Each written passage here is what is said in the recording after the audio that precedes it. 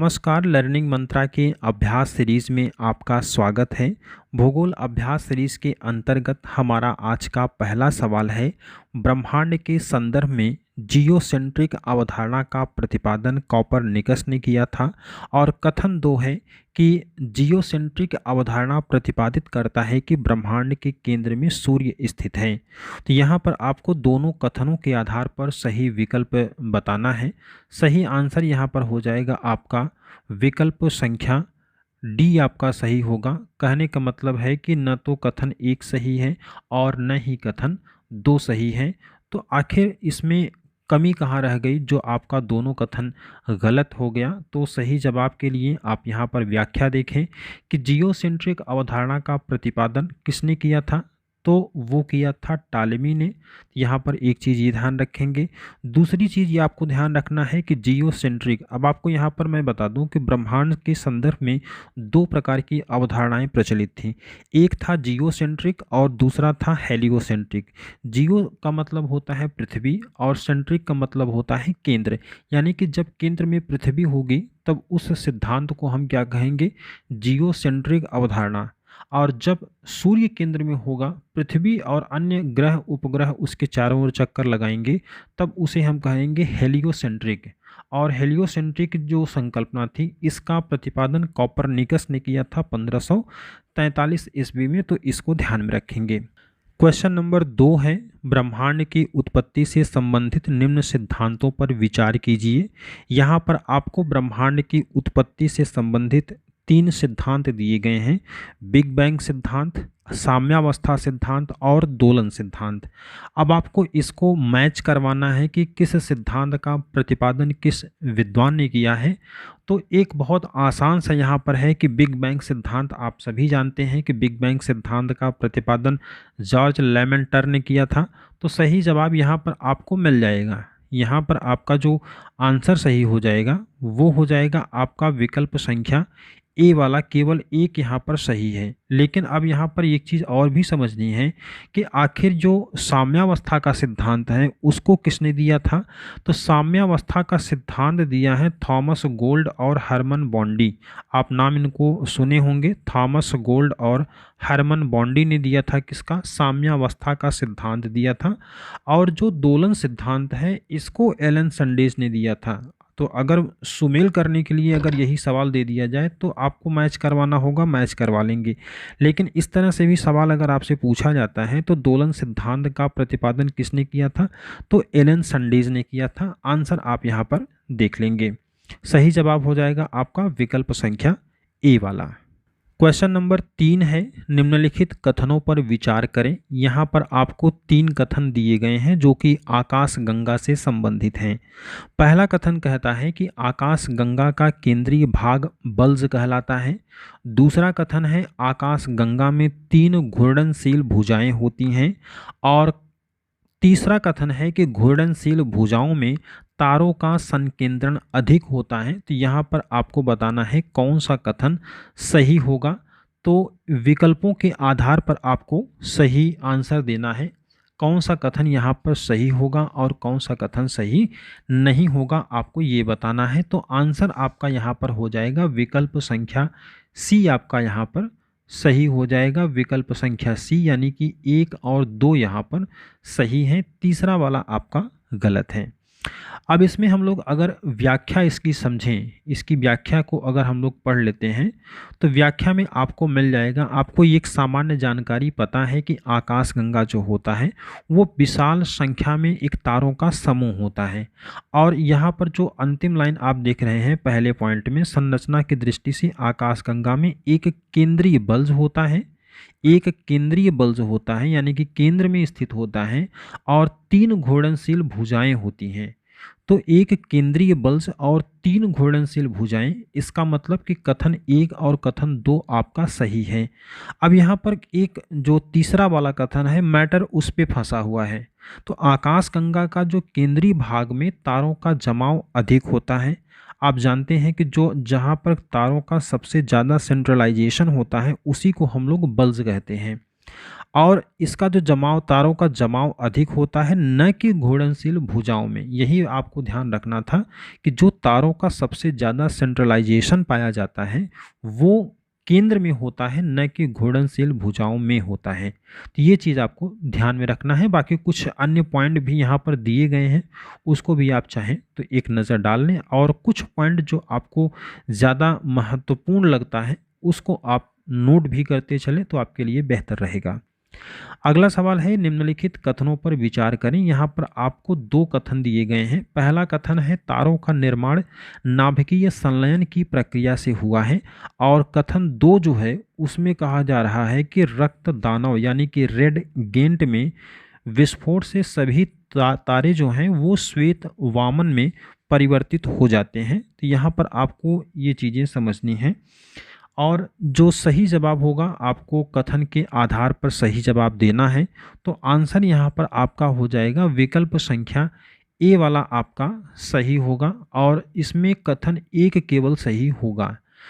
कथन एक क्या था कि तारों का निर्माण नाभिकीय संलयन की प्रक्रिया से होता है, चाहे वो सूर्य हो चाहे वो अन्य तारे हों, उन सभी का निर्माण कैसे होता है? तो उन सभी का निर्माण होता है किससे? नाभिकीय संलयन की प्रक्रिया से। और संलयन का मतलब होता है जुड़ना। जुड़ने का मतलब है कि दो छोटे छोटे नाभिक मिलकर एक बड़े नाभिक का निर्माण करते हैं, तो उसे हम क्या कहते हैं? नाभिकीय संलयन की प्रक्रिया। अब मैटर फंसा हुआ है दूसरे पॉइंट पर। दूसरा पॉइंट क्या कह रहा है कि रक्तदानों में विस्फोट से सभी तारे श्वेत वामन में बदल जाते हैं। और इसमें आपको समझना है कि जो श्वेत दामन होता है वो न्यूट्रॉन या पल्सर की संज्ञा उसको दी जाती है। अब इसमें जो व्याख्या के तौर पर हम इसको अगर देखें तो यहाँ पर आपको समझ में आ जाएगा कि घूर्णनशील आकाशगंगा ब्रह्मांड में उपस्थित गैसों के बादल को प्रभावित करती हैं। इस तरह परस्पर गुरुत्वाकर्षण के परिणाम स्वरूप केंद्रीय भाग में नाभिकीय संलयन की प्रक्रिया होती है और इसमें हाइड्रोजन और हीलियम में बदल जाती है। अब इस अवस्था में यह तारा बन जाता है। इस प्रकार से आपका पहला वाला कथन सही हो गया। अब तारा बनने के बाद केंद्रीय हिस्सा, जो तारे का केंद्र वाला पार्ट होता है, जहाँ पर बल्ज वाला हिस्सा होता है, आप यूं कह सकते हैं, हालांकि बल्ज आकाशगंगा के रेफरेंस में होता है। तो तारा बनने के बाद केंद्रीय हिस्से में हाइड्रोजन जो है वो पूरी तरह से समाप्त हो जाता है। यह भाग संकुचित और गर्म हो जाता है, लेकिन बाहर के हिस्से में हाइड्रोजन से हीलियम बनने की प्रक्रिया चलती रहती है। अब आप समझें कि पूरे किनारे किनारे पर, अब आपको ऐसे समझना है कि मान लीजिए कि ये वाला पार्ट कोई किनारा वाला है, ये आंतरिक पार्ट है, और यहाँ पर अब हाइड्रोजन जो है वो पूरी तरह से समाप्त हो चुका है। लेकिन अब पूरी तरह से समाप्त यहाँ भले हो गया है, लेकिन जो किनारे किनारे वाला पार्ट है यहाँ पर अभी भी हाइड्रोजन और हीलियम के परिवर्तन की पूरी घटना अभी भी चल रही है। तो वही बात यहाँ पर है, आपको समझना है कि यहाँ पर प्रक्रियाएं तो चल रही हैं, लेकिन अब यहाँ पर यही आपको चीज़ें समझनी हैं कि आगे चल कर के चलती रहती हैं। इसके उपरांत धीरे धीरे ठंडा होने से इसका रंग क्या होता है? लाल हो जाता है, और इसी को हम क्या कहते हैं? रक्त दानव कहा जाता है। फिर से अगर देखें तो हीलियम कार्बन में और कार्बन भारी पदार्थों लोहा आदि में परिवर्तित हो जाता है, जिसमें तारों में तीव्र विस्फोट होता है, और इस विस्फोट को हम क्या कहते हैं? सुपरनोवा विस्फोट कहते हैं। तो ये बातें आपको ध्यान में रखना था। सवाल है कि निम्नलिखित कथनों पर विचार करिए। यहाँ पर आपको दो कथन दिया गया है। पहला कथन है 1.44 ms को द्रव्यमान अगला सवाल है, निम्नलिखित कथनों पर विचार कीजिए। यहाँ पर पहला कथन है 1.44 ms को चंद्रशेखर सीमा कहा जाता है, और दूसरा कथन है सूर्य के केंद्र से 1.44 गुना कम द्रव्यमान वाले तारे को ब्लैक होल कहते हैं। तो यहाँ पर जो पहला कथन है वो पूरी तरह से सही है। 1.44 ms को चंद्रशेखर सीमा कहा जाता है, और जो दूसरा है यहाँ पर कथन कि सूर्य के द्रव्यमान से 1.44 गुना कम द्रव्यमान वाले तारे को ब्लैक होल कहते हैं, ये आपको समझना है। तो आंसर पहले हम लोग देख लेते हैं। सही जवाब इसका हो जाएगा विकल्प संख्या ए। केवल एक यहाँ पर सही है। अब इसकी हम लोग व्याख्या की ओर चलते हैं। स्क्रीन पर आप देखेंगे तो आपको भी जल्दी से समझ में आ जाएगा और टाइम भी थोड़ा सा कम लगेगा। तो यहाँ पर जो पहला सवाल का जो व्याख्या है वो ये है कि 1.44 ms को चंद्रशेखर सीमा कहा जाता है। बिल्कुल सही है।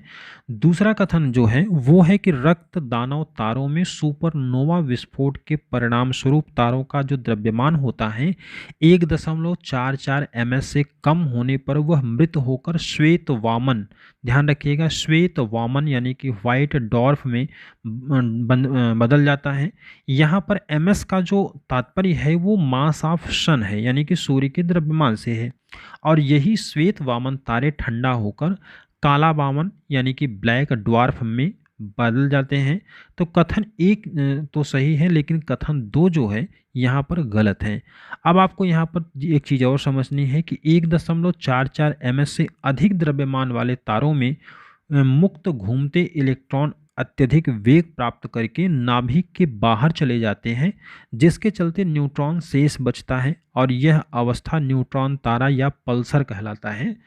तो यह न्यूट्रॉन तारा भी लंबी समयावधि में सिकुड़कर उच्च घनत्व के द्रव युक्त पिंड में परिवर्तित हो जाता है, जिसको हम ब्लैक होल या कृष्ण छिद्र कहते हैं। तो यहाँ पर जो मैटर फंसा हुआ था वो किस बात को लेकर के था? मैटर यहाँ पर था कि जो 1.44 से कम की बात कर रहे थे, 1.44 से कम की बात कर रहे थे, बल्कि वो कम नहीं ज़्यादा होना चाहिए 1.44 से अधिक द्रव्यमान। ध्यान रखिएगा, देखिए यहाँ पर 1.44 से अधिक द्रव्यमान वाले तारों में मुक्त घूमते हुए इलेक्ट्रॉन अत्यधिक वेग प्राप्त करके नाभिक के बाहर चले जाते हैं, जिसके चलते न्यूट्रॉन शेष बचता है और यह अवस्था न्यूट्रॉन तारा या पल्सर कहलाता है। अगला सवाल है क्वेश्चन नंबर 6। निम्नलिखित कथनों पर विचार आपको करना है। पहला कथन है ब्लैक होल एक उच्च गुरुत्वाकर्षण क्षेत्र है। दूसरा कथन है ब्लैक होल से किसी द्रव्य या प्रकाश का पलायन संभव नहीं है। और तीसरा कथन है ब्लैक होल की सीमा जहां से कोई वस्तु बचकर नहीं निकल पाती घटना क्षितिज कहलाती है यानी कि इवेंट हॉरिजन कहलाती है। और चौथा कथन है घटना क्षितिज किसी पिंड पर कोई प्रभाव नहीं डालता है। तो सही जवाब यहाँ पर आपका हो जाएगा विकल्प संख्या सी, आपका यहाँ पर सही हो जाएगा, यानी कि केवल 1, 2 और 3 यहाँ पर सही है। चौथा वाला कथन यहाँ पर गलत होगा। व्याख्या इसकी आप देख लें, स्क्रीन पर आपके सामने है। सही आंसर इसमें आपने सी लगा लिया है, और इसमें जो पूरी व्याख्या है ये आप इसको एक बार पढ़ लेंगे। बहुत ज़्यादा चीज़ों को अगर मैं यहाँ पर पढ़ के बताऊँगा तो उसमें टाइम लॉस होगा, तो इसको आप एक बार अंडरलाइन करके पढ़ लीजिए। जो इम्पोर्टेंट फैक्ट आपको लगे उसको कॉपी में अपने नोट भी करते चलें। अगला सवाल हम लोग लेते हैं, और जो अगला सवाल है वो ये है कि निम्नलिखित कथनों पर विचार करें। यहाँ पर आपको 3 कथन दिए गए हैं। आप ध्यान देंगे कि मैक्सिमम सवाल ऐसे ही हैं, और इसमें फ़ायदा आपका क्या है कि एक साथ कई सारे सवाल आपके तैयार होंगे। तो पहला कथन कहता है सूर्य की ऊर्जा का स्रोत नाभिकीय विखंडन की प्रक्रिया है। सूर्य का बाह्य भाग कोरोना कहलाता है। और तीसरा कथन जो है वो है कोरोना से यदा कदा निकली परमाणु का तूफान और ज्वाला है। तो इसमें आपको कौन सा कथन सही है? अब अगर आप थोड़ा सा ध्यान दिए होंगे तो आपका जो पहला वाला कथन है उसके बारे में आप अपना आंसर दे सकते हैं उसके आधार पर भी। और इस तरह से आप अगर देखेंगे तो पहला वाला तो बिल्कुल सही नहीं होगा, क्योंकि अभी हमने आपको कुछ समय पहले ही बताया था कि सूर्य सहित अन्य सभी तारों में नाभिकीय संलयन की प्रक्रिया होगी, जिसमें हाइड्रोजन और हीलियम मिलते हैं। तो इस तरह से यहाँ पर नाभिकीय विखंडन की प्रक्रिया तो इसमें बिल्कुल भी नहीं हो सकती है। इसलिए आपका जो पहला वाला कथन है ये आपका गलत हो गया। अब इसके बाद दूसरा कथन है कि सूर्य का बाह्य भाग कोरोना कहलाता है या किरीट उसको कहते हैं। तो ये बिल्कुल बाहरी भाग होता है वो आपका कोरोना ही कहलाता है। कोरोना से यदाकदा निकली परमाणुओं का तूफान और सौर ज्वाला। आप देख रहे हैं कि इस समय भी पेपर में आप पढ़ते होंगे कि सौर ज्वाला निकलने की बात चल रही है, कभी भी वो निकलने लगेंगे। तो यहाँ पर जो तीसरा वाला कथन है, ये कोरोना से सौर ज्वालाएं नहीं निकलती हैं, बल्कि किससे निकलता है? ये निकलता है प्रकाश मंडल यानी कि फोटोस्फीयर से निकलता है। तो आंसर आपका यहाँ पर हो जाएगा सही जवाब विकल्प संख्या बी, यानी कि यहाँ पर केवल और केवल कथन 2 वाला सही है। व्याख्या आप यहाँ पर इसकी देख सकते हैं, सही जवाब के साथ आपको पूरी व्याख्या भी है, इसको आप एक बार पढ़ लेंगे तो आपको चीज़ें क्लियर हो जाएंगी। अगला सवाल है क्वेश्चन नंबर 8 में कि निम्नलिखित कथनों पर विचार करें। पहला कथन है सौर कलंक सूर्य के तापमान के तुलना में अधिक गर्म होते हैं। सौर कलंक यानी कि सन स्पॉट की बात हो रही है। और दूसरा कथन है सौर कलंक बेतार संचार व्यवस्था में सहायक होता है। तो बेतार संचार व्यवस्था में सहायक होता है, ये इसके लिए हानिकारक होता है, ये आपको समझना है। अभी आपने आज ही शायद पेपर में पढ़ा होगा कि सौर कलंक सूर्य के तापमान की तुलना में अधिक गर्म होते हैं और नहीं होते हैं। और दूसरा कथन जो है कि इससे जो सौर ज्वालाएं निकलने वाली हैं, यानी कि सौर कलंक जो होने वाला है करीब 11 वर्षों बाद होता है। तो इससे क्या होगा कि जो बेतार संचार व्यवस्थाएं हैं या फिर सैटेलाइट्स हैं, इन सभी को ये प्रभावित करेगा। और इस तरह से आप अगर ध्यान से समझेंगे तो इसमें कोई भी कथन सही नहीं है, यानी कि कथन 1 और कथन 2 ये दोनों ही आपके गलत हैं। व्याख्या आप इसको देख लें, व्याख्या के तौर पर आप यहाँ पर समझ सकते हैं। अब यहाँ पर सौर कलंक को पूरी तरह से समझाया गया है। सौर कलंक का जो तापमान होता है सूर्य की तुलना में करीब करीब 1500 डिग्री सेल्सियस होता है, कम होता है ये। अब इस तरह से कथन आपका जो 1 है वो तो आपका गलत हो गया। अब यहाँ पर आपको जिस स्थान से समझना है कि जिस स्थान से सौर ज्वाला निकलती हैं वहाँ काले धब्बे यानी कि ब्लैक स्पॉट दिखाई पड़ते हैं, और इसे ही हम सौर कलंक या सोलर स्पॉट कहते हैं। सौर कलंक से प्रबल चुंबकीय विकिरण निकलता है, रेडिएशन निकलता है, जो पृथ्वी पर बेतार संचार प्रणाली को बाधित करता है, न कि सहायता करता है। तो इस तरह से कथन 2 भी आपका क्या है? गलत है।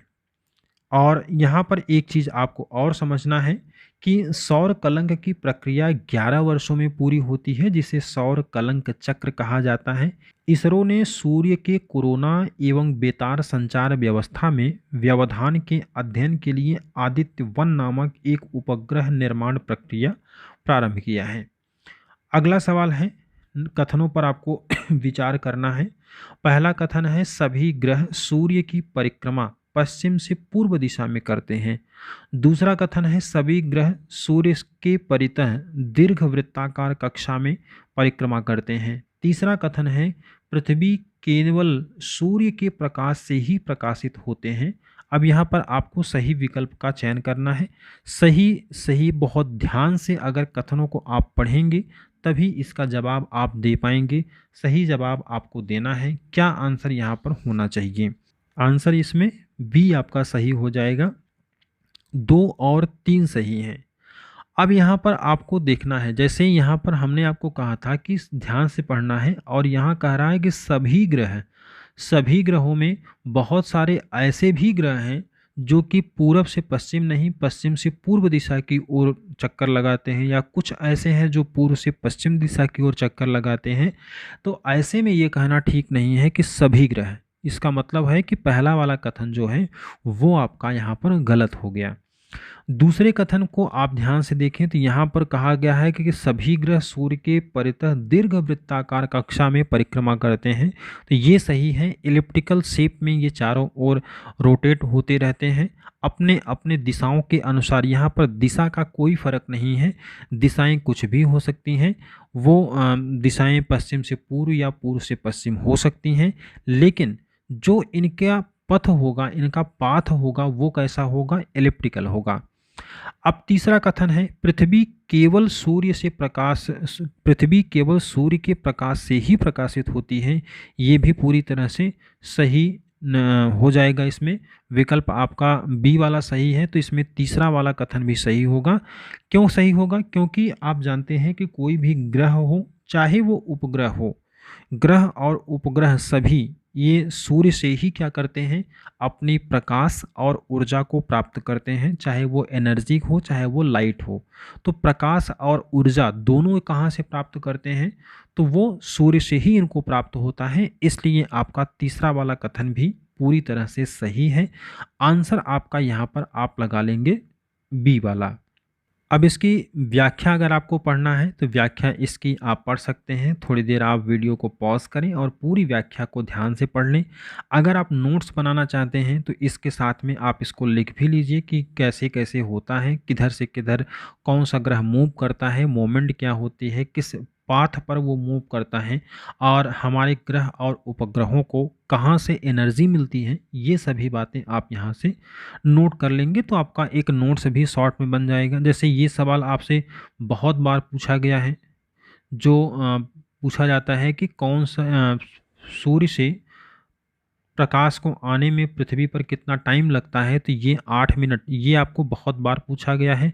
एग्जैक्ट होता है आपका 8.16 मिनट, यानी कि 8 मिनट 16 सेकंड का टाइम होता है। इसको भी आप ध्यान रखेंगे। अगला सवाल है क्वेश्चन नंबर 10 और आज के हमारे इस अभ्यास सीरीज का आखिरी सवाल है।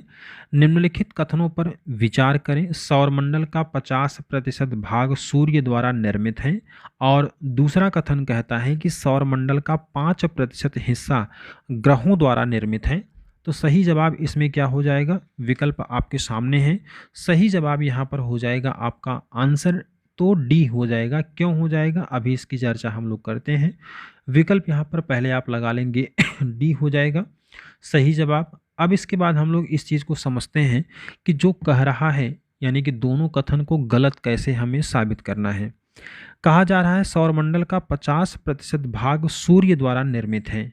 अब यहाँ पर आपको समझना है कि सूर्य द्वारा सौरमंडल का करीब करीब 99.85% हिस्सा निर्मित है, जबकि ग्रहों द्वारा केवल और केवल 0.135 हिस्से का निर्माण हुआ है। यानी कि सबसे ज़्यादा जो ब्रह्मांड में है उसकी संख्या कितनी है, तारों की सबसे ज़्यादा संख्या है, बल्कि अन्य ग्रहों और उपग्रहों की संख्या क्या है, उसकी तुलना में कम है। तो इसलिए आपको देखेंगे तो पहला वाला कथन क्या है, गलत है। और सौरमंडल का 5% हिस्सा ग्रहों द्वारा निर्मित है, जबकि 5% नहीं, इससे बहुत कम है, 0.13% ही है। तो इसलिए सूर्य से कितना होगा 99.85%, ग्रहों से होगा 0.135%, धूमकेतुओं से होगा 0.01%, और उपग्रहों की अगर बात करेंगे तो 0.00005% होता है। तो इस तरह से आप देखेंगे तो कथन आपका दोनों गलत हैं। आंसर यहाँ पर आपका डी वाला सही हो जाएगा। तो ये था हमारा आज का अभ्यास सीरीज, जो कि हम लोगों ने भूगोल से संबंधित कुल 10 महत्वपूर्ण प्रश्नों पर अभ्यास किया है। कहने को 10 सवाल ही था, लेकिन सवालों की संख्या इसमें आप देखेंगे तो हर सवाल में एटलीस्ट 3 सवाल 4 सवाल तो आपको मिलता ही था। तो 40 से 50 सवालों का इनडायरेक्टली हम लोगों ने अभ्यास किया है। इन सभी चीज़ों को आप ध्यान से याद कर लेंगे, ज़रूरत पड़े तो इसको नोट कर लीजिए, ताकि आपका जो तैयारी है वो बेहतर तरीके से हो सके। टीजीटी के एग्ज़ाम के लिए आपके काफ़ी महत्वपूर्ण होगा।